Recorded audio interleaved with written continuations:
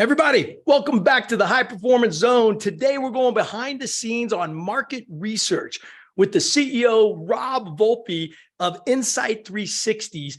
This is all about igniting empathy, but here's what's really cool. Why does empathy matter for your personal life? Yeah, we get that, but what about professional? How do we use that to understand our customers better, which will then drive better results? So we actually unpack this with the 5 steps to build empathy. The first being you got to be able to dismantle judgment. And that's easier said than done, right? But we'll give you the steps. And I also want to dive into, you'll see we dive into the debrief, and it's really powerful to see how debrief, and not only how to do it, but why it matters in business and life, some of the barriers to using debrief to grow, and this idea of really quickly 3 things, what, so that's what I want to know, the what happened, more importantly, so what's those implications, and the most important one, now what are we going to do about it? Who's going to take accountability? What's the responsibility, the action steps to make something happen?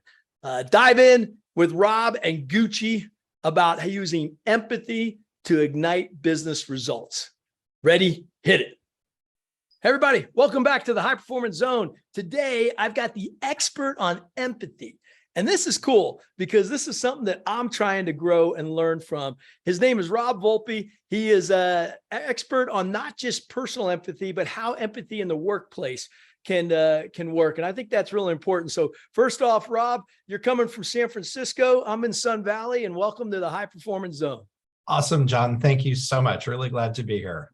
Oh, awesome. I'm glad you used that word, glad to be here. I got to figure we're going to be talking about how glad to be here and empathy can connect. In fact, before we jump into that, I got a little story for you, because I know you're a storyteller. You like to tell empathy through stories, right? So This is back, right before that 2010 study that Michigan did about empathy, right? It was about that same time frame, maybe a few years actually before that, 3 years before that. So my current wife, at the time we were just dating, and we're going through our typical, I guess for me, dating struggles, and we decided to go to our minister to get a little couples guidance, right? And so we walk in, and this minister knows me pretty well, and didn't know her that well. And we sit down, and it's a nice office. And this is how it starts. He looks at her and he goes, "Carol, just so you know, John is the least empathetic person I know." How would you like to start a counseling session with that coming from your minister, right? And how do you think I reacted to that? Just for first quick question, and then we'll go from there. I would imagine you were just jaw dropped, like, holy shit, what did he just say? And now what am I going to do? And how's she going to respond to this? Yeah, actually, that's what I would have thought too. No, I reacted just the opposite, because I looked at her and I looked at him. I said, he's right.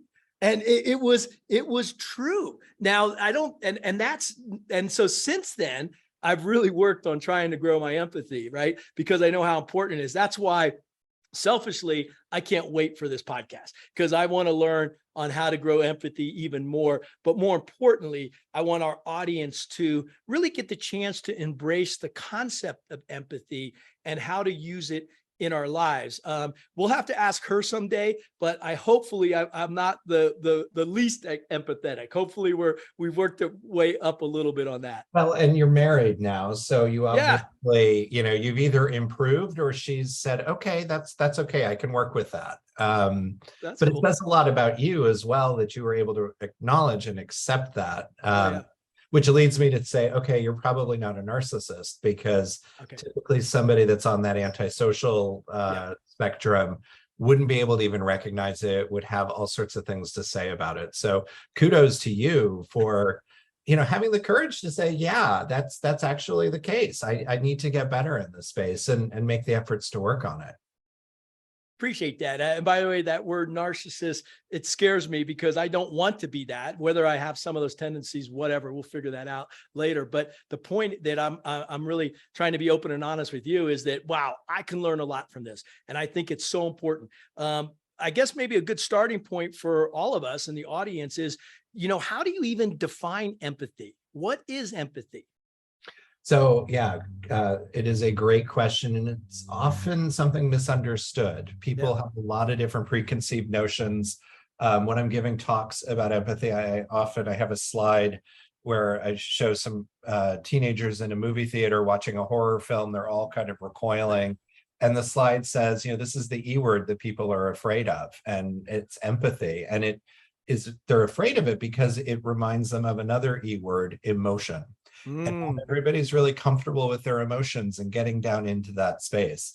But to answer your question, empathy is about being able to either see the perspective or point of view of another person, or feeling the feelings of another person as if you were them.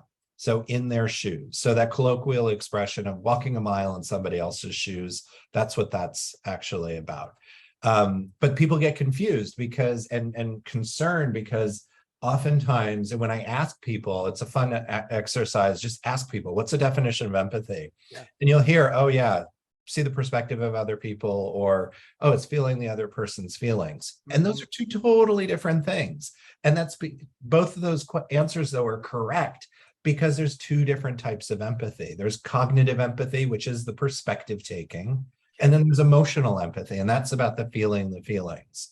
And both of them have their place in our society, but you have to know when to tap into one or the other, and what you're personally capable of actually doing and being okay with that. Wow. I'm so glad we started there, because I had only been aware of the feeling side of empathy. No one had explained to me there's the cognitive side. And what's the difference? So the difference in that, emotional empathy is about feeling the feelings. And the analogy that I like to use is like, and this is so inaccurate, so if there's any paleoanthropologists that are listening, I apologize, but it illustrates the story. So, hey, first off, for the lower IQ people like myself, what's a paleo and anthropologist? Yeah, good question. And it might be a made-up term. An anthropologist is somebody that studies cultures and the way people live, and then paleo referencing prehistoric times. So if you're one of those Jurassic Park scientists that are studying the way people and animals used to live, I apologize. But back in the day, humans were living in caves. And so emotional empathy is what you would have with the people living in the cave with you, which is probably your family, your closest of friends. You can feel what they're feeling. You can imagine what it's like to be them, because you've got very similar rituals, beliefs, values, and ways of living.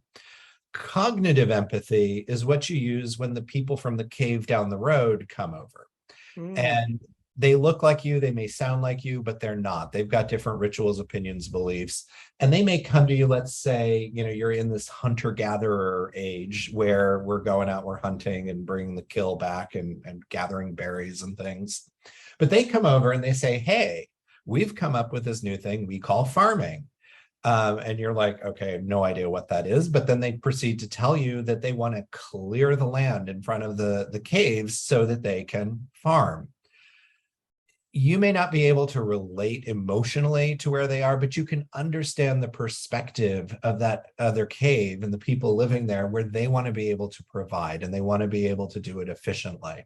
And you can use that cognitive understanding to collaborate together and go, okay, we want to cut all these trees down. Well, this set of trees over here our kids like to play in, so we want to hold on to those. And over here, these trees have some sort of sacred, belief or something for the people in our cave. So if we can keep these, we're good with the rest of this. And hey, do you need us to, help you or whatever?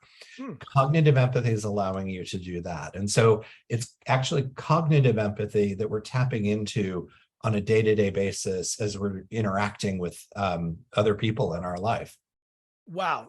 I'm glad you explained that, because maybe the minister would not have called me the least empathetic, because I think he was referring to the feeling side. I would hope I have a better cognitive way of thinking. And I think in the business world, that probably is where empathy is used a lot, right? I mean, tell me more about why is empathy important in not just our personal lives? I get that.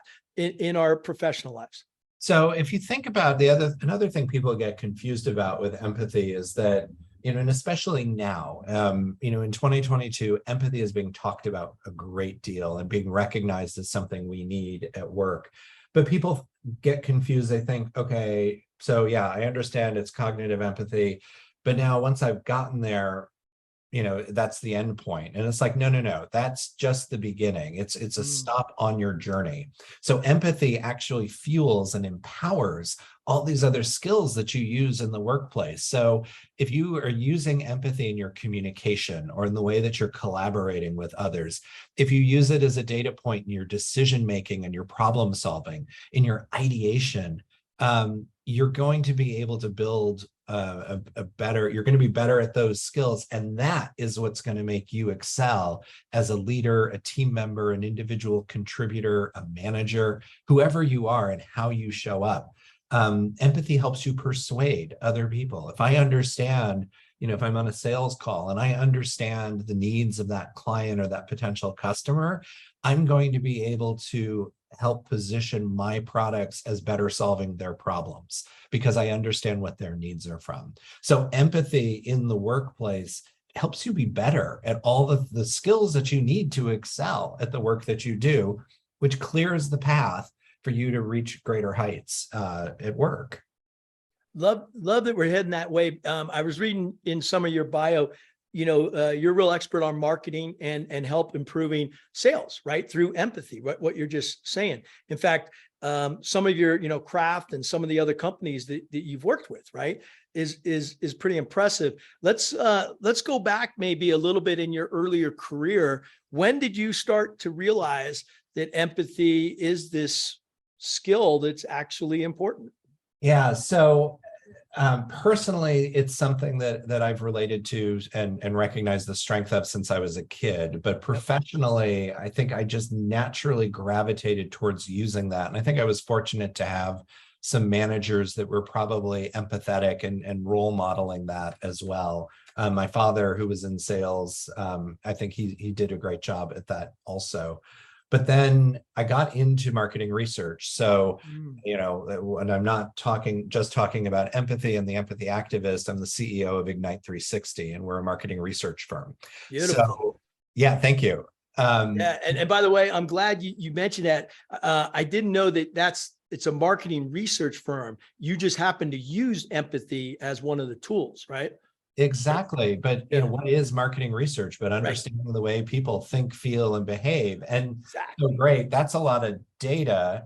Well, what are you going to do with that? You need to empathize. You need to understand where people are coming from in order to use that to make better products, services, communications, grow your sales. So those things all work together. And so as I got into the field, this is over 15 years ago now, was naturally using my empathy skills and connecting with consumers and trying to connect our clients to their consumer. But we started noticing sometimes there were barriers, things were getting in their way.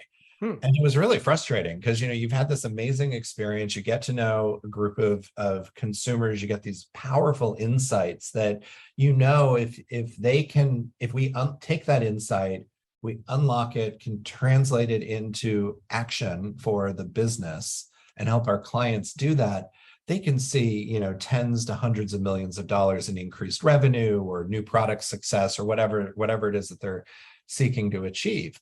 But there were things that were getting in their way. And so we set out to understand, okay, what's really going on here? And we found, judgment was a big one.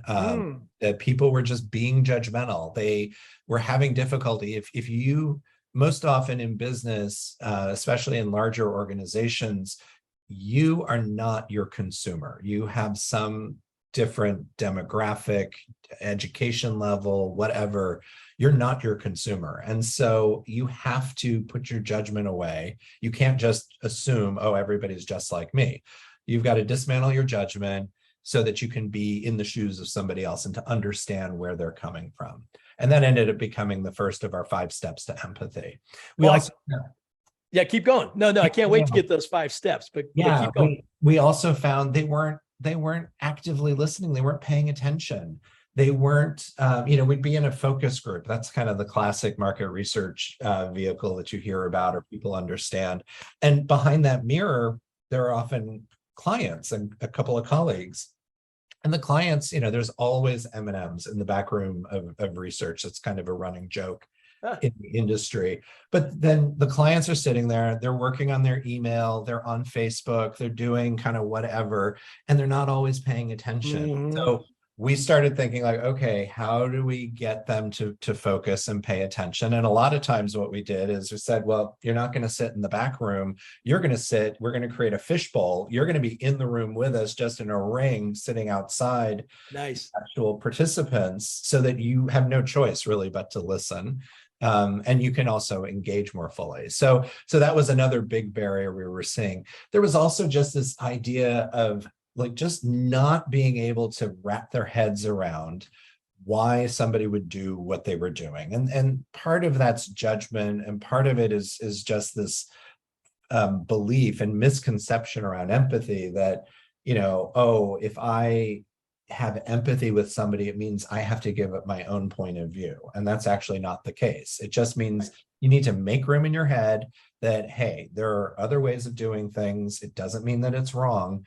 It just means that it's different, and you should be curious about it. You should ask questions and try to understand it.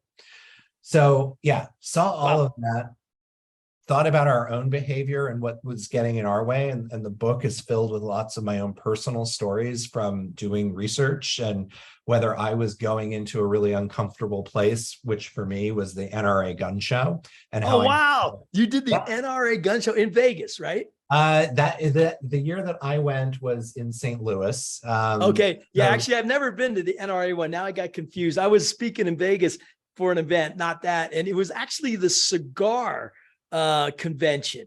Wow. And yeah, exactly. I'm like, I'll walk over there and see what kind of cigars.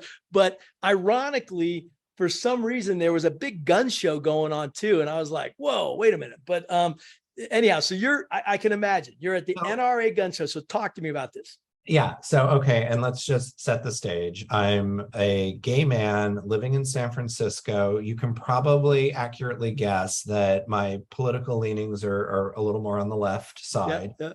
So I have my own preconceived notions about gun owners and gun safety, gun control. But a client had hired us to get to know more about people that choose to have a carry conceal permit. Wow. Okay, and we're going to go do that at the gun show. All right. So we walk in, and I mean, I was definitely out of my comfort zone, but I had to dismantle my judgment that I had about the issue and about the people that I thought were, all these gun owners and everything. And by doing that, it unlocked for me the ability to actually hear what they were saying. And I use the analogy, judgment's like a brick wall, and you're not going to be able to get over it or through it because it is a brick wall. You've got to dismantle it. So by dismantling my judgment, I was able to hear what people were saying. And I write about it in the book, and there's actual excerpts from some of the conversations, but I was really surprised because what I found was the base reason why people were choosing a carry conceal is that it's a big, bad, scary world out there, and they are afraid, and they want to be able to protect themselves, their property, their loved ones. It's like, okay, I can relate to that. I get that. Sure. And then I came back to San Francisco, had lunch with another couple, and was telling them about my experiences, and they immediately jumped in, and they're like, oh, I don't want people carrying guns because it's a scary world out there, and I'm afraid of what they're going to be able to do. And all of a sudden I went, oh my God, both sides of the issue, we have the same base motivation. We're concerned about what could happen, and we want to be able to protect ourselves. Yet we've chosen to come at the issue or solve the problem differently. And so if you understand that foundation, you could actually have a conversation. I actually felt a lot more comfortable with people that have carry concealed weapons after this experience, because I realized in order for them to get the permit, they went through a lot of training and they actually know their stuff. Yeah. So, they were, the way they were talking, we showed them some pictures of people in allegedly carry conceal situations, and they were really quick to spot out, like, oh, the way that person's reaching in, the way the woman's reaching into her purse, she's going to shoot a hole through her purse, or that guy with what he's wearing, there's no way he's got a weapon, or he's just not prepared or looking, or that, they understood the scenarios and the situations. And I was like, all right, this is not the person that I need to be worried about that has a gun. And so it's brought me more to center on that issue. And so if, maybe somebody from the right were to meet me halfway, we could figure out ways to solve gun safety issues and all the things that were being challenged. And that's just one issue. I mean, it's the same on so many other things that are facing us as individuals on a societal level. And empathy is one of the keys to solving that. Well, I love that you brought up issues in culture and social, because, this show's not about those cultural issues, but it's more about what you're doing, which is, how do we become better people? How do we become a better society? How do we use tools, of which empathy is a huge one, to solve these real challenges? And I'm with you. I think perspective is huge, right? And I like to think that, can I be open enough to embrace another perspective, or at least listen to it, right? And that's what your story just did for me. Is, doesn't matter what side you're on, both people have to have the ability to listen, right? So that active listening you talked about.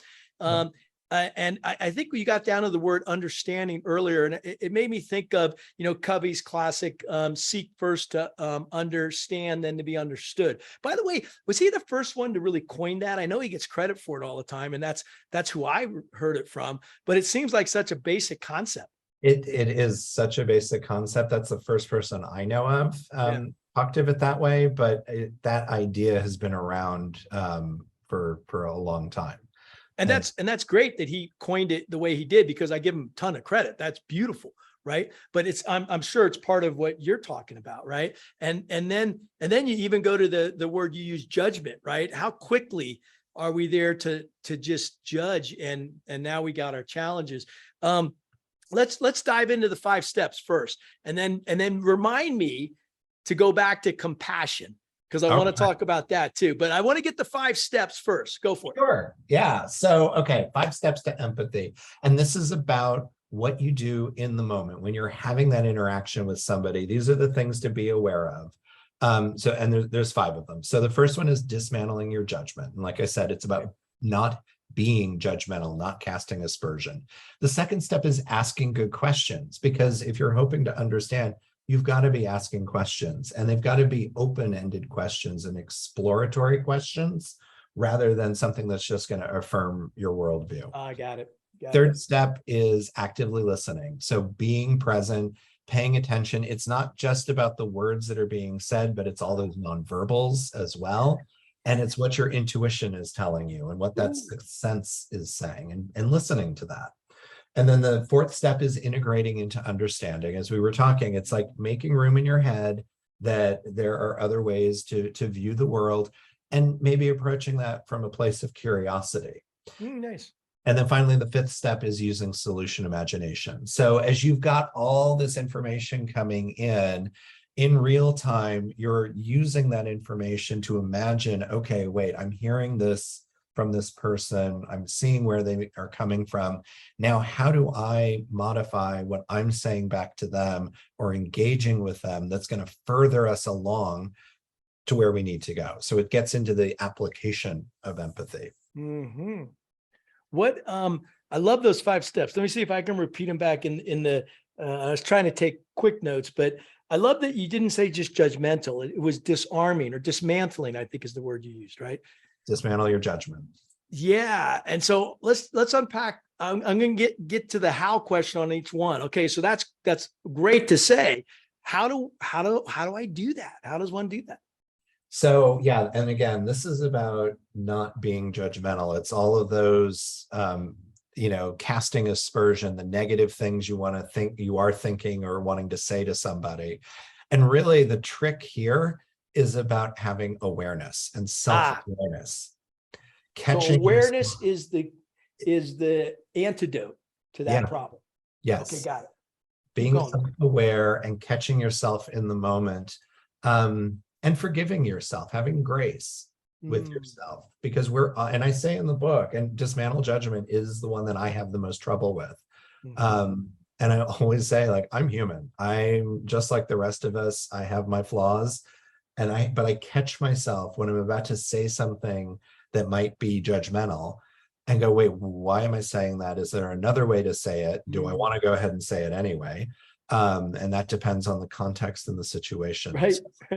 Hey, have you ever taken CEB, cultivating CEB, emotional balance? It was I've not heard about that. Oh man, you should check it out. It was a partnership between the Dalai Lama and Stanford, or these really top neuroscientists. And it's supposed to be a secular way of understanding what you're talking about. I've been to a couple of the classes. I heard the Dalai Lama speak on it. I actually went through the training, and it's awesome. And the thing that triggered it for me is they talk about the gap between a stimulus and a response.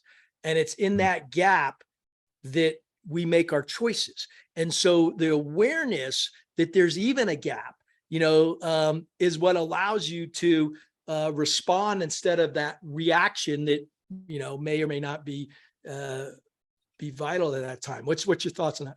Well, I totally agree. And I love the Dalai Lama and the things he talks about. And that gap is, I mean, and from your experience with the Blue Angels, like it can be just like, I mean, a fraction of a second makes it feel too big. Right. It's happening really quickly, but that's that crevice that you've got to dive into with your self-awareness and decide, like, well, which way am I going to go? This way? Or am I going to go that way? Like, how am I pivoting? How am I going to respond to this? And people who couldn't see your hands, because not everybody's watching the YouTube, they're actually maybe audio. You did a maneuver. It's called the loop break cross, where we go straight up together. We do a loop, and then we're all pointed straight down, just like you said, right? Wow. And in that moment, the boss calls smoke on, ready, break. And let me tell you, it's in that gap that, you make your decision which way you're going to roll. Now, obviously I have a way I'm supposed to do it. And I screwed it up once. I hit my wingman, but we can talk about that later. But the key is that it is in that gap. And I've heard, and maybe have you seen any research or even any intuition on how quick are those gaps? Because you're dead on. They're microseconds, actually. Yeah. Do you know, have you ever heard any I haven't. I've not dug into that, but I am curious to know more. So I'll but yeah, it is. It's microseconds. I mean, I can't even snap my fingers fast enough. Well, that's it. In fact, what I've heard is within a snap of a finger, you have 65 chances. There's 1/65th going on. Now, I'd like to see that documented, because how the hell they figure that out? But the point is that it's actually really, really quick. And you just, even like a real life way to, even for somebody to bring that to life, if you happen to be in a situation where you've got other people talking, maybe the three of you're out for drinks, or you're at work and having a meeting, and two people get into a conversation, that gap is happening because the stimulus is what one person is saying, the reaction is what the other person is saying. And perhaps, and I'm totally just going out on a limb here, but in a calm-paced, regular conversation, that gap is a bit bigger. But then when you get into a heated discussion and you're going back and forth, the gap shrinks and shrinks. And so you've got a narrower space to dive in and make that choice on how you're going to react.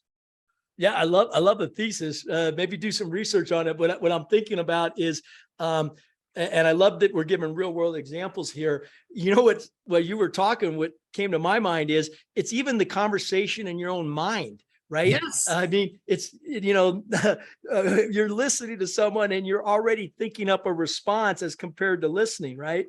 Yeah, exactly. And that, I mean, that happens, but that's also part of the active listening. You can't let that voice override what you're actually hearing, because as soon as you distract your focus from what that other person is saying, you're going to be lost. You're going to miss the point. So yeah, I love it. Okay, so let's keep going because this is huge for me. We got one antidote or solution to that problem of being judgmental, and that's awareness, which you also said was also being forgiving and grace to yourself, right? I like that. Yep, absolutely. Second one is asking good questions. Second step. So I guess, what do I do to ask better questions? So you want to, so the art of asking questions, you have to understand the context in which you're asking and having a conversation. So there are times when you're trying to understand something, you're trying to learn. That's when you want to be exploratory. You want to ask these open sort of questions that aren't necessarily going to lead somebody in a particular direction. So, an example of a leading question is, I might say, John, wouldn't you say the Navy is the best of the armed forces? I'm telling you, I want you to answer that way. Right. Saying, John, what's your opinion on which of the armed forces is the best? That's open, and you could take me in any direction. And even though you've got a relationship to one branch, you might be able to say, well, I'm kind of like, I think I like what they do over here as well. I have a lot of respect for that. There's this space force that's coming on board. That could be really cool. And that appeals to another side of me. You could go in a lot of different directions with that. But when I ask you to just affirm what I think, and I'm the son of a Navy man myself, so good for you. I have a bias towards the Navy. But yeah, it's that type of thing. It's asking a more open question where you're not inserting your own bias into it. And how come so many polls are just the opposite? What kills me is that, you can almost see the bias that they're leading, and you can lead someone any direction, right? Tell me about that. You absolutely can. It's all about the way the question is phrased. And so, it's like, I'm sorry, it requires us to do a little more work and to read and ask, like, well, what was the question that was asked? It's not just that 75% of Americans said this or believe that. Well, what was the question that they were being asked, and how was that phrased? And it's very easy to ask a survey question with bias. And you ask effectively a bad question, you're going to get bad information back. Yep. And you're going to miss something. You run that risk. So you want to be asking good questions. Does that happen? I don't want to keep throwing you off, but does that happen in marketing? Because I'm thinking about there's the people who hire you who really want to know what our customers think, right? And then there's probably ones who want their products sold no matter how to do it, right? I don't know. I'm just going through my mind there. Where's that kind of balance between asking a good question or trying to get the data that's going to support your product? Well, yeah, that is a really good question. And there are times when you are wanting to ask a question to support that. But hopefully, even when they surveyed the dentists and found out that 4 out of 5 preferred Trident, that was still an open question versus, do you prefer Trident over every other gum? I've never seen what the question was that they asked, but that might have been it. And that might have swayed a few people. Hey, let's get some good stories. So that's cool. I never heard the Trident one. I didn't realize 4 out of 5 dentists prefer Trident. That's a pretty big number. That's cool. A huge number. That was their ad campaign for years. Wow. I remember that growing up. 4 out of 5 dentists prefer Trident. But then what I talk about as well, that's just an example of data. Yeah. They're not understanding the why. And it's like, well, why do the dentists prefer Trident? Okay. And there's so many different reasons why they might. So that's an example of why it's important to continue to ask questions. You don't just take the first answer as the correct answer. What I typically find is the richness and the insight lies in sort of the follow-up, because you kind of set the table or lay out the landscape with the first question and answer. And then the second one is where you're able to get beneath the surface and really find out what's going on. Hey, when in your company and research, what levels do you go to? So, asking the why, and then how many levels do you go down before you get the essence? It depends on the individual, depends on the project and what we're trying to understand. We're doing a project for a tech company coming up, and they wanted to understand where the love is to, and you know, software is software. There's not a lot of love for it, but how do you get to that emotional place? And so our plan is to do what's known as laddering. So that's, you know, you're asking that question on, okay, well, what's important to you about that? How does that make you feel? Why is it important for you to feel that way? Well, what's important, you know, and you keep laddering your way up, or drilling down, if you would. Depends on the analogy you like to use.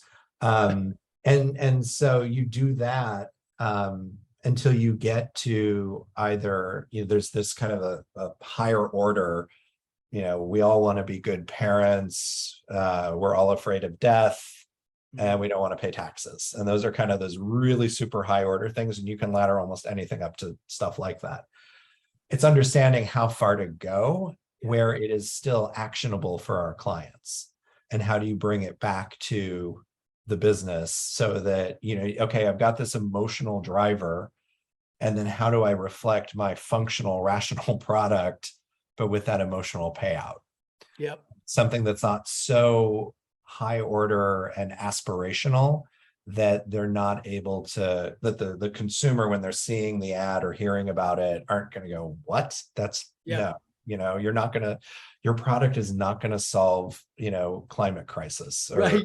like You know, it's so beautiful. I've got lots of friends in the business world, and one of them, David Horsager, talks about the how, and he likes to put out that you ask how 3 times. So, like if I were to, you know, ask you, you know, well, how do you do that? And whatever answer you come up with, then I ask, okay, well, and how do you do that? And then you get an answer. And then he always says, go to the third how, which is really even just 3 of those kind of is drilling down, because, you know, especially when you're working with teams, you know, oh, okay, we got upstage we have to grow our social media presence. Okay. How are we going to do that? And they'll give you an answer. And if you ask the how to that, sometimes you start to feel the pushback, right? And then you ask the how to that, and now it's amazing how that can generate some pushback. Yeah. Well, and I think about any time I get to interview a consumer or anyone, it's a gift. And if you think about a gift that's been wrapped, there's, you know, it is effectively that 3 different levels. So you've got to take off the wrapping paper. That's that first how, as you mentioned. Then you're opening the box up and you're able to see the gift. That's the second how. But it's when you're able to pull the gift out and up and look at it, that's when you really see, and you have that wow moment, and you know, there's that unlock that happens. So yeah, I suppose I'll go with 3. Well, you know what? I don't know the answer, because I was just on another podcast and she mentioned the 7 whys.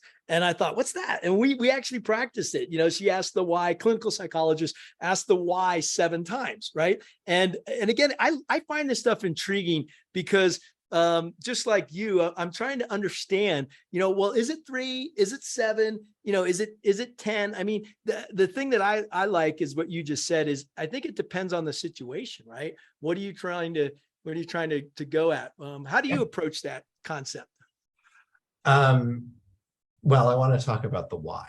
And I think that's related to that. And it's interesting, because what I guide people towards, and what I learned, is you want to understand why, but when you ask why, it puts somebody on the defensive. And I don't know if your other guest had talked about this or not. When you ask why, it puts somebody on the defensive, and it did that from the time you were a child. And your caregiver, whether it's a parent, grandparent, or other, said to you, John, why'd you draw on the wall in crayon? Why'd you cut your sister's hair? Why didn't you take out the trash? And what happens in that moment? You've been trained that, if I answer this question, I know I'm going to get in trouble. There will be punishment. That is bad. So I want to mitigate or minimize the trouble I'm going to get into. So I'm going to rationalize and try to create an excuse or something that they're going to buy that will minimize, and maybe I'm still going to get in trouble for it, but oh, I was just walking by and the crayon was in my hand and it drew on the wall, and they're like, oh, okay, so it was like an accident. Well, you're not going to get in as much trouble as if you said, well, I was just bored and I wanted to like sketch on the wall. And then, so it's put you on the defensive, and that follows you into school. And think about all the times you got asked why for whatever it was that you did, whether you were late to class, late with the report, did something, passed notes in the back of the classroom. Why? And that continues to follow us out of school into our working life. Same things. Why were you late for work? Why didn't you make the sale? Why were you late with that report? And so all you're doing is you're constantly on the defensive. And yet, why is what we want to understand. So what I challenge people to do, and your listeners can do the same, I invite them to do this, take why out of your vocabulary for a day. You want to ask why, you want to understand it, but use other words. Reframe the question, use how, what, where, when, who, to reframe a question so that you can get at the why. And then, yeah, you can keep going, but it's just not using why as you're asking the question. Because what you'll find is that people won't be put on the defensive. I love that point of view. I want to offer you a different perspective because we're talking about being open, right? Yeah. I think that makes total sense. And most things are in a negative sense, right? Fear-based, like we talked about earlier. But when it's a positive thing, we rarely ask why. And yet that's, I think, where you could really use that, especially what we call the glad to be here debrief. And I want to talk to you about how you use feedback, what I would call a debrief in the business world. I want to accentuate the positive. So, I do want to ask exactly what you said, but reverse it when there's something positive and get down to, well, why'd we do that? Hey, it was the biggest success. Do we know why? And then after that, why? So to me, we're talking about two sides of the same coin, right? No, absolutely. And I think in that context, yeah, why is fine because it's not threatening and it's a positive, and it's like, oh, elaborate on that. Tell me more about what was going on, versus when I'm asking somebody, well, why did you decide to make that for dinner? Versus, tell me about how you decided what to make for dinner tonight. One sounds a little like accusatory, threatening, and of course I did add a little tone in my voice. Yeah. Context. But you hear it very differently. No, I got you. Hey, let's finish up the steps because this is super cool. Yeah. And then I want to get back to compassion because I don't want to miss that. So we just did steps 1 and 2. We did. So third step, active listening, as I talked about. That's about paying attention. The biggest thing that gets in our way is ourselves, but notably our devices. So, put the phone down and look at the person you're talking to. Be present, whether it's through a Zoom or it's face-to-face. Make eye contact, have a conversation, be there in that moment with them. So that we were talking about that reaction between the moment between stimulus and reaction, that you've got space and you're present to be able to drop in and respond in a way that is called for or appropriate in that moment. So that's active listening. Fourth one is integrating into understanding. Again, that's about making sense that, hey, I like chocolate ice cream. You might like a different flavor. That's okay. But if we've only got money for one scoop of ice cream, we need to work together to figure that out. And I can still like chocolate. You can still like vanilla, but maybe we should get a chocolate vanilla swirl. So that we can each have a little bit of what we like. And so it's making room in that instead of being obstinate and saying, no, it's got to be chocolate. No, not necessarily. Let's use that understanding. And that's actually then an example of like using solution imagination. So stepping into the shoes of somebody else and being, honestly, like empathetic language and showing empathetic support for people is as easy as saying, I can imagine how you feel, or I can see where you're coming from. And then repeating what it is that you've heard back and asking them, did I get that right? because then they know, okay, they were listening to me, or yeah, they kind of got it, but maybe not. Let me just clarify or elaborate a little bit further. And it's from there that you can move forward and have better communication, persuasion, and all the things. Yeah, I love it. A couple of thoughts. Go back. First off, especially like we're doing it right now. A lot of people on Zoom. And I've often wondered, I've been taught to, well, look into the camera, right? So, we even talk about that. So the camera on my setup is a little bit above. So if I want to see you, it looks like I'm looking down, right? And so any techniques on the nonverbal side of that communication, or how to do it better, or what to be aware of? So how can I be a better active listener? All that kind of stuff. How can you actually be present? It's interesting. I mean, you can play around with it, but many people I notice, and I've been called out for this, when you're on a Zoom call or Teams or any of the tools, you can tell when somebody's doing something else. Yes. They're looking at the screen, but you see there's a shift. Yeah. And if you want to see that demonstrated, just get on a call with a buddy and ask to do that. Like, okay, we're having this call. I want you to now, text me or something, send something. You can see that distraction. Pay attention to it and recognize that it shows up for you as well. Yeah. So it's making eye contact, and that's similar. My camera's right above my monitor. I'm looking at you on the monitor, but occasionally I look up at the camera. Yeah. And I just try to imagine you as the camera, as one of your eyes. And there we go. We have that conversation. So that's one thing to be doing. And then, it's turn off the alarms and the notifications, because it's all that external distraction.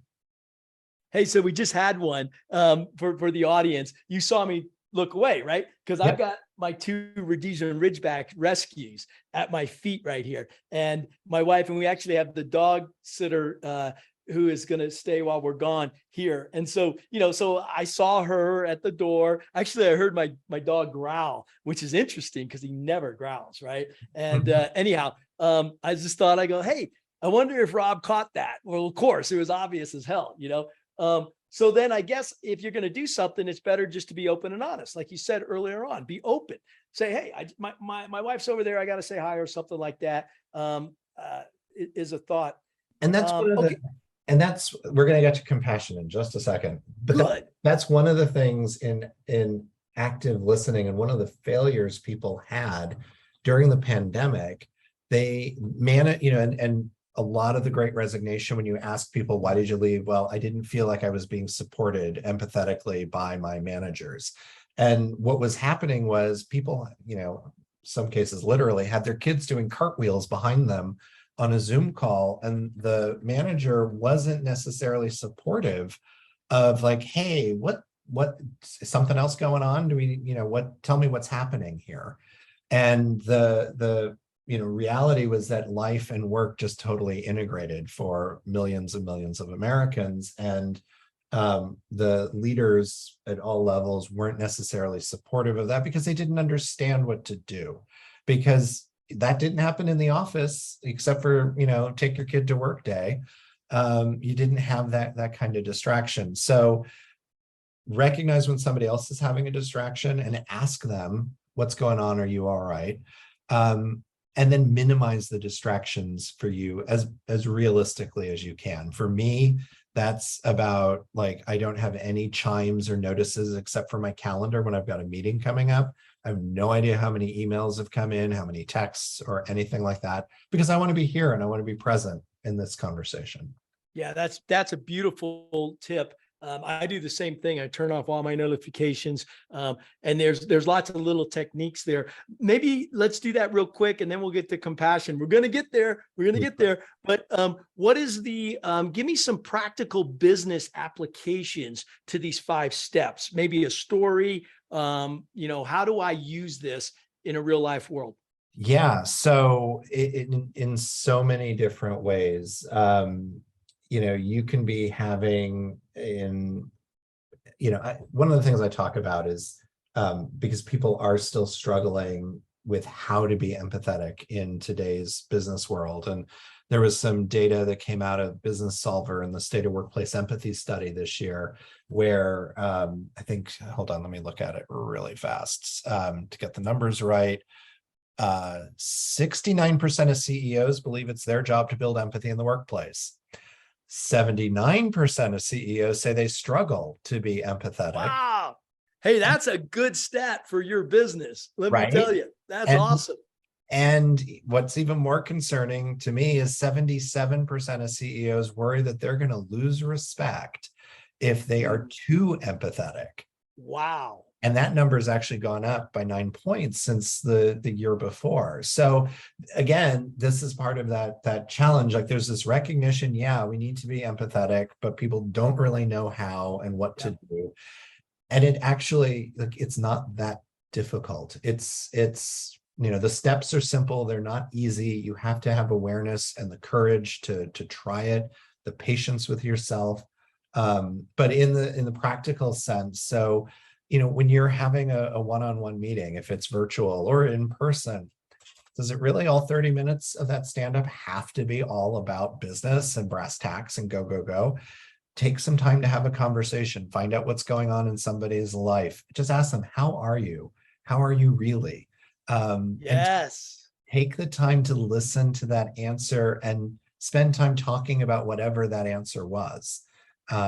That's how you help people feel supported, because,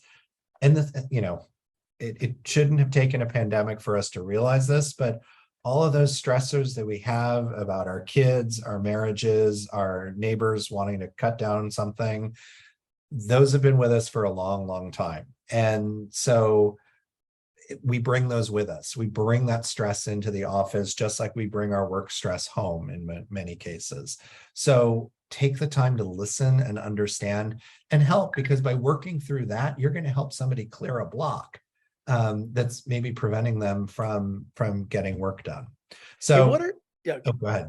Well, I love your question. How are you? And I love what you said after that. How are you really?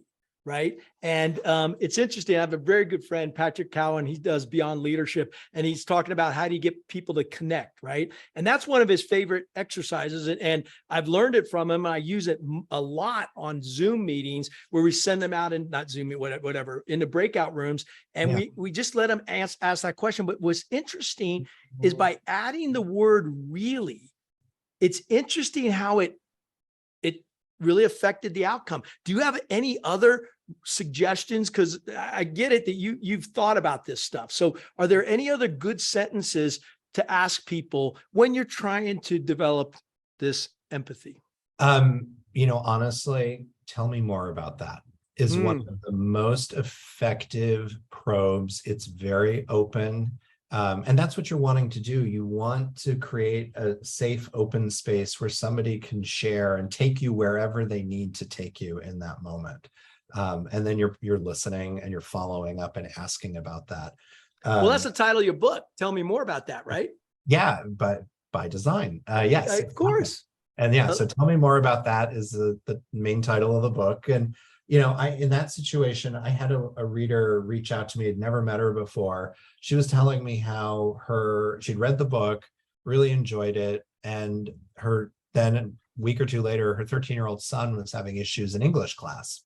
And she was going to say, why are you having trouble in English class? Back to our earlier conversation. But she realized, she thought about the stories in the book, and she realized, like, oh, that's not going to be good. Let me ask him and tell me more about that. Just came to her mind. And she said, tell me more about what's happening in English. And she said, nice. Hooray, she did that, but it opened him up and it allowed him to share what was really happening for him and what he was experiencing. And she went on and told me, she said they had a much more meaningful, deeper conversation than they had had in a long time. And she felt like she could really be there for him and help him because she had asked the question that way and it elicited that response.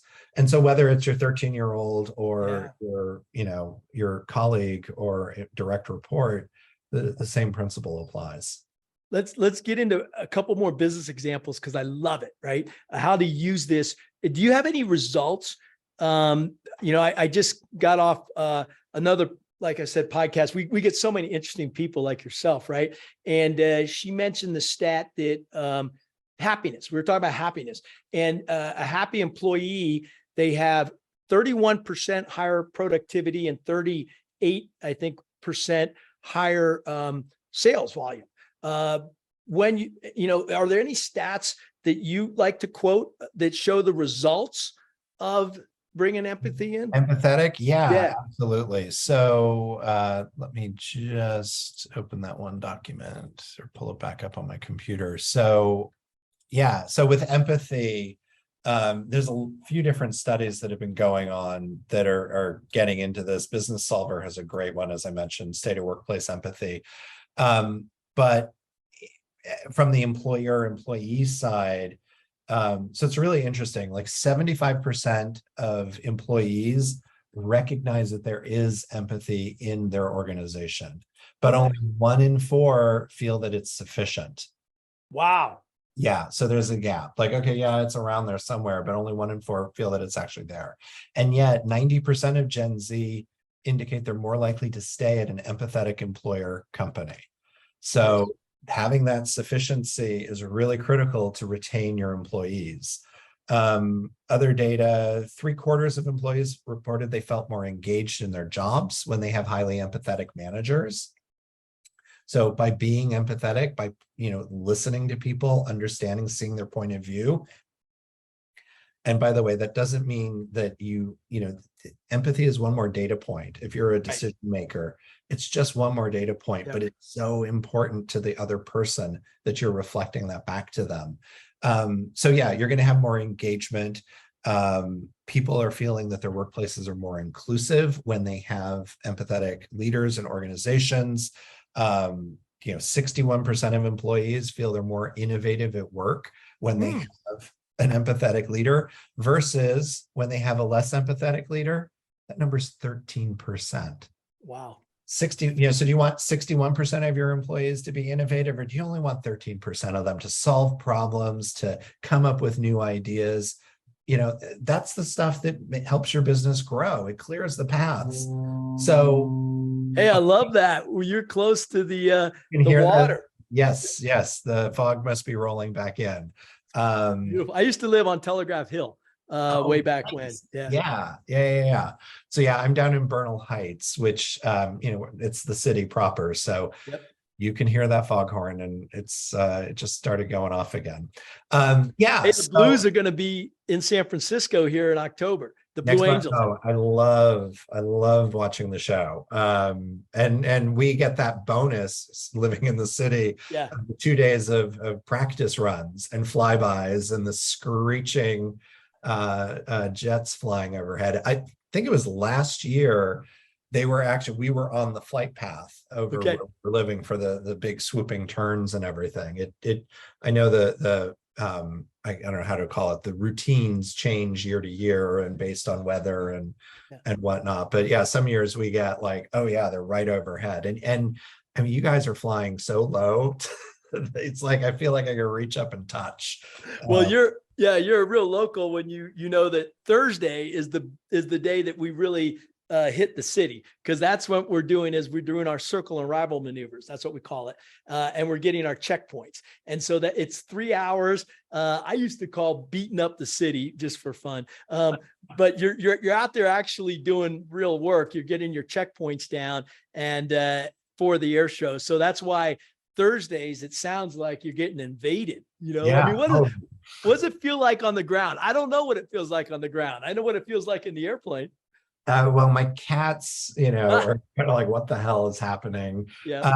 You know, it is the roar, because they like literally, I don't know how many, 200 feet overhead, 400 feet over, like so close by. And there's also this element of, like, for me, trying to catch them, like, where are they exactly? And, you know, because you don't have a clear viewpoint. But we've got Bernal Hill not far from here, and you go up there and you can see most of the whole thing, and it's super fun. Which hill is that? I'm not familiar with that. Which one? So Bernal Heights, just south of the Mission District. Okay, south of Mission. I got it. Yeah, so the old Army, which is now called Cesar Chavez Boulevard off of 101, that's the hill right over there. Oh, nice. comms tower. It's not Twin Peaks, but there's a comms tower on top of it. And yeah, a lot of the neighborhood brings their dog. That's a good spot.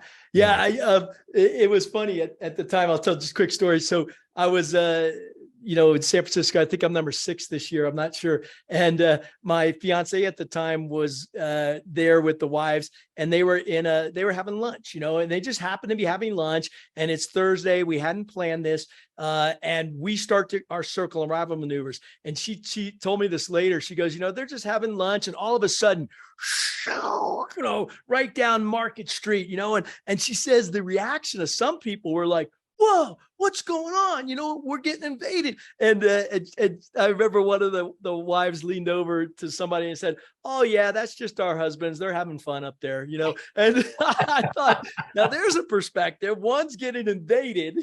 Right? Exactly. And that's where judgment comes in, because, there's some people that want to ban it from the city, right? And others are saying it's the greatest thing on earth. And I think it's just back to what we're talking about is they're both right. I mean, which perspective you want.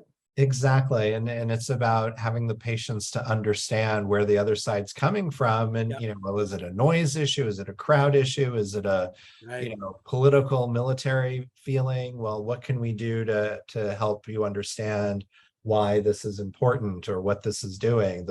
You write about being a goodwill ambassador. Yeah. It's a pilot for the Blue Angels. So yeah. And how do you get those messages across? Well, that's why it's so cool. We just drifted to that, because to me, that puts into an example what all the work you're doing, right? Why that's important. Even for a fun thing, I call it a fun thing, but you're right. There's some deep issues, social issues that can generate, and we're doing it in every aspect of our lives. One thing that I wanted to know from you or ask you is, what's the difference between just understanding, acknowledging someone else's differences, let's say, or point of view, and embracing that. And you see where I'm trying to go? Really, really embracing someone else's perspective, even though it's not yours.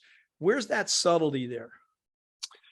So I guess if you're embracing somebody else's perspective, it sounds like you're more accepting, more open to it. You're not just saying, okay, I know you believe this and I believe that, but you're actually starting to try to integrate it into your understanding and go, well, what does that mean for that person? And then you can take that to, if you are interested in doing something about it, of bridging the gap, or maybe you're trying to persuade them, you can start to use that information by embracing, this is how they're feeling, this is what this means, here's now what we should do about it. Oh, that's your 5th step, that integrated solution. Or integration, I think, is your 4th step. Integrate into understandings 4, and then use solution imagination. So yeah, that's exactly that's right. Beautiful. I had a really close friend of mine talk about, he calls it the 2 bad choices theory, which means that whenever you get into 2 choices, black or white, yes or no, left, right, that in itself is always 2 bad choices. You have to find a 3rd option or a middle ground, right? And that helps me a lot. Yeah, exactly. Do you want a couple more business examples? Yeah, I do. Yeah. And then I want to get to compassion. But sure. Go for the business examples. We will get there. Okay. So Tropicana orange juice, they engaged us to create an empathy program with them. They wanted their team, marketing, R&D, finance, the whole group. They wanted the team to get closer to the consumer. And so we coached them. We did an empathy camp training program, so they understood the 5 steps and what that meant. But then this sounds way too cool. What's it like to be in an empathy camp? I mean, what does an empathy camp look like? What are you guys doing? So an empathy camp is, whether it's virtual or in person, we're workshopping the 5 steps. So it's real practical examples. It's asking people to get real with themselves about their own judgment, to practice asking good questions with their colleagues, or the other camp attendees to practice some listening, understanding how all of this works and plays out, and then, and ultimately putting it into practice, and us curating the experience where people get to do that. So yeah, so we did an empathy camp, and then created these other experiences over the course of a year for them to have engagements and get closer to their consumer. We debrief that with them. So very important. Because you've got, again, it's like, okay, I've had this experience, but like, what do I do with it? And it's really important to get to the application. So capturing what is the empathy, what are you understanding now, and how are you going to use that? And so at the end of that year, what they found was that their team had, in general, had a better understanding of who their consumer was. Well, okay, that's great. What does that actually mean? It meant that they were able to make more decisions using their intuition, because their intuition was aligned to, and their gut was aligned to what the consumer was all about. So they weren't having to do extra research, or they weren't wasting time debating and squabbling over how somebody might, how would their consumer really feel about this. They knew they had embraced that perspective, and they were able to act on it. So it saved them money, it saved them time, and it brought them closer so that they could create more meaningful products. Another example, work we did about 10 years ago for California Olive Ranch, which is a local, they're based here in California, olive oil, beautiful green bottles, you can find it in the grocery store. They were a younger, smaller company and had never done any research before. Got a new head of marketing and sales, and he appreciated that, the value of having empathy and understanding your consumer and what that could unlock. So hired us, we interviewed a bunch of their core, like heavy user consumers, they're big fans, and then some that were fans of other brands. And we were able to synthesize all of that learning and help them understand more about what was important to the consumer about the brand and the brand values, so that when they went to sell in first to retailers, they were able to gain distribution, because they could talk about what they knew that consumer, they understood what was important to, Safeway's customer, for example, or Walmart's customer. And then they were able to, they had to do a packaging redesign, and they understood the elements of the packaging that they needed and their brand story that they needed to bring to life and bring forward. It also informed some other product decisions that they were needing to make, and the brand more than doubled in size within a 5 or 7 year period after we did that work. And as I talked to that head of marketing and sales, he points back to that foundational work that we did and the way that we connected the team with their consumer, and that understanding, that empathy that was built, that enabled them to make all those decisions happen. It's awesome, the power of when that's done well. What did you actually do to find those answers, to make it happen? I mean, what was your process? So the process for something like that, they came to us, we talked about who they might want to meet. So we created kind of a demographic, psychographic profile, went out and recruited those consumers. And then we did a series of in-homes, shop-alongs, which meant we go in-home, we go into somebody's house, hang out with them for a couple hours. A shop-along would include, like, let's go to the grocery store and let's walk down, in the case, the olive oil aisle, and have the shopper, the consumer at that point, talk to us about what's it like when you're buying olive oil, what catches your eye, have you ever noticed this or that or the other thing, what is it about this beautiful square green bottle that stands out for you? Sometimes we'll do something like, we would call it a cook along in this case. So, hey, we're coming over. And I actually tell some of these stories in the book if people want to learn more about what it's actually like in the moment. But make dinner. We're going to watch you cook and use the product. And you're going to talk to us about that experience as well and what stands out. So we did a series of those. And then what really is important is we have the clients with us. And I talked about earlier, bringing the clients into the room, about breaking down those walls and creating experiences where the clients can meet the consumer face to face, breathe the same air, hear the same noises, have all those experiences at the same time. And then as that's over, we debriefed. And I remember I'm glad you got to debrief. I was about to ask you, I want to make sure this sounds great, the market research, but the activation way more important. So how do you use debrief to get it activated? Yeah. So after every interview, there's a debrief. And much in the way that you talk about with, you recommend you debrief after every moment. It's not just about when something goes wrong. So after every interview, there's some form of a debrief. What were we hearing? What worked? Where might we pivot later? And so I talk about our interviews are like an iterative process. You're able to go deeper effectively because you're not, it's not a schematic, it's a guide, it's a map, and you want to explore all these different areas. So you can iterate as you're going along if you're debriefing, and that makes it better because you're like, okay, we've got enough on this. I think I understand that, but I'm curious, this respondent said this, that's got me thinking about this other question. Okay, well, let's spend some more time on that in the next interview and see what we get. And then, so you do that on every session. So it becomes this very iterative process. And then you get to the end and you have a debrief, and we'll kind of go away for a week or so, come back together, and you start just with storytelling, which I think is kind of, as you talked about, that emotional like landscape, get the lay of the land. What were the stories? What are the things that stood out to you? What are you hearing? What do you remember? What have you shared with your boss in the elevator? Those sorts of things. Capture all of that and then start going deeper into what are the insights? What are the actual learnings? So once you start to kind of map all of that out, you start to see, patterns and themes emerge. And then you get into, okay, what does that mean for the business?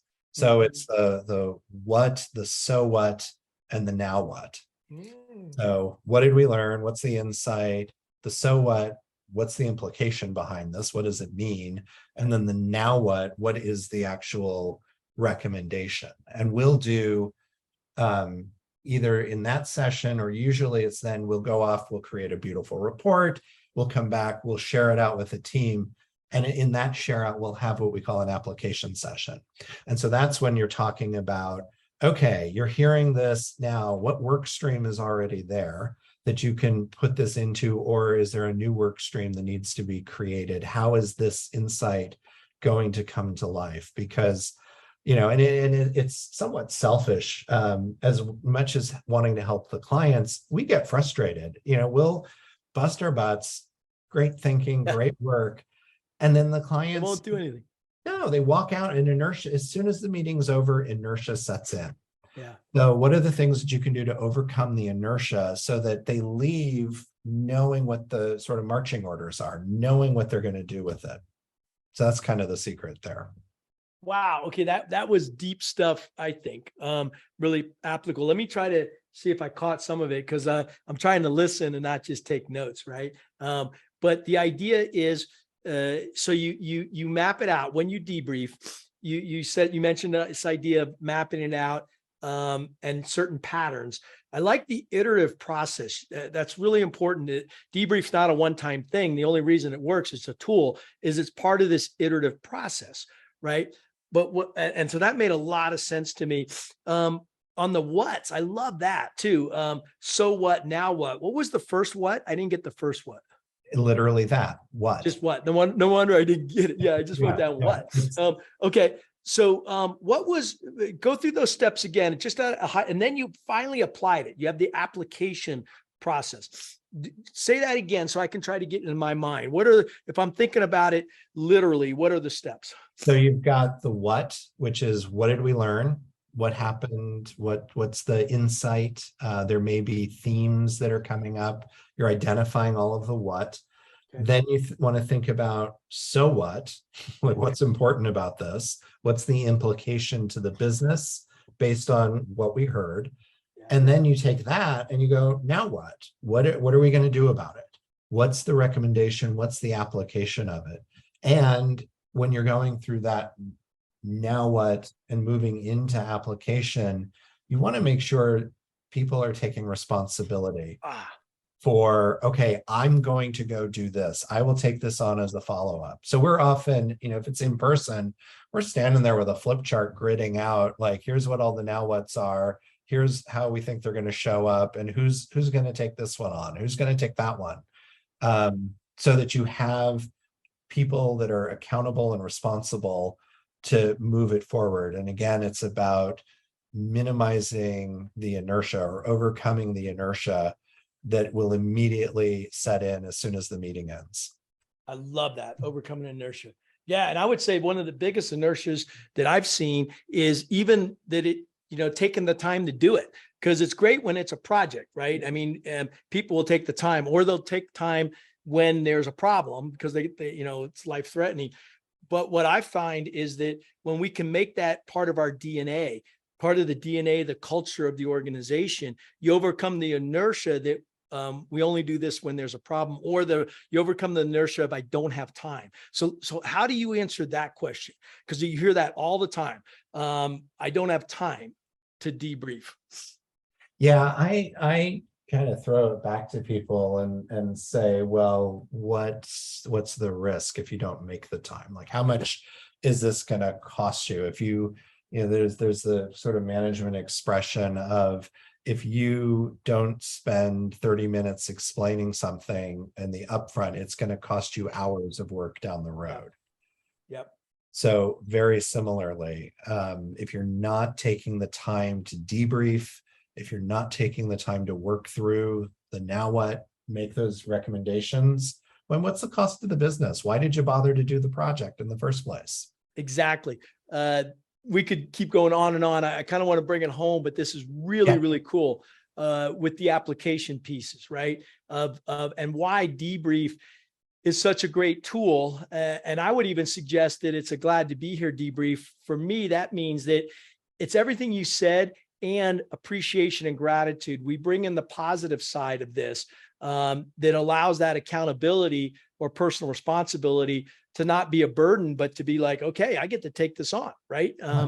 How do you see, in your experience with some of the companies you've worked with, give me examples of companies or people who used it well, not by name, but how they used it, and ones that didn't, this concept of that we just talked about. Yeah, I mean, within the same organization, I mean, I've seen, and we've been part of some tremendous, successes for new products where they heard what the consumer had to say. They had empathy with it.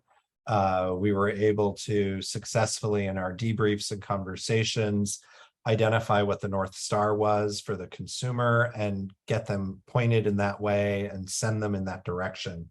And they nailed it. And they had a launch year that was over $100 million, which in the packaged food world is the home run. That's what everybody celebrates and hopes for.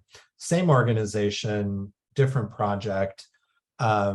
They didn't necessarily embrace, they didn't embrace what the North Star was. Other business factors started getting in the way, ego, other opinions. So they started to course correct. And you know this, if you set your bearing at 90 degrees, but then all of a sudden you're going 95 at 95, like, it's not going to be too long before you're heading in a completely different direction. Yeah. And that's what happened. And they brought us back in a year later, I think, to test the new product that they had developed based off of our foundational work. And I just took one look at it and I knew consumers, as we would say, consumers were going to throw up on it. They were not going to get it. And that's what happened. And I was asking the clients, like, what happened? We had the roadmap. You guys were in the right direction. And sure enough, well, this business director really likes this brand, so they wanted it to be this brand. It's like, well, but the consumers told us it should never be that brand. Well, yeah, but they wanted it to be that way. So ego got in the way. Certain manufacturing conditions came up. What could they actually produce that was realistic, that wasn't going to require capital expenditure? And so again, that took them a few degrees further off, and not going back to what the consumer really wanted. And, to me, it's like, if you're not, the consumer's buying the product. If you don't meet the needs of the consumer, they're not going to buy the product. You're not going to have a business. So to me, the consumer is ultimately the boss. Yeah. And you're trying to meet their needs. And so you've got to listen, you've got to have empathy with them, because they may not be you. Yeah.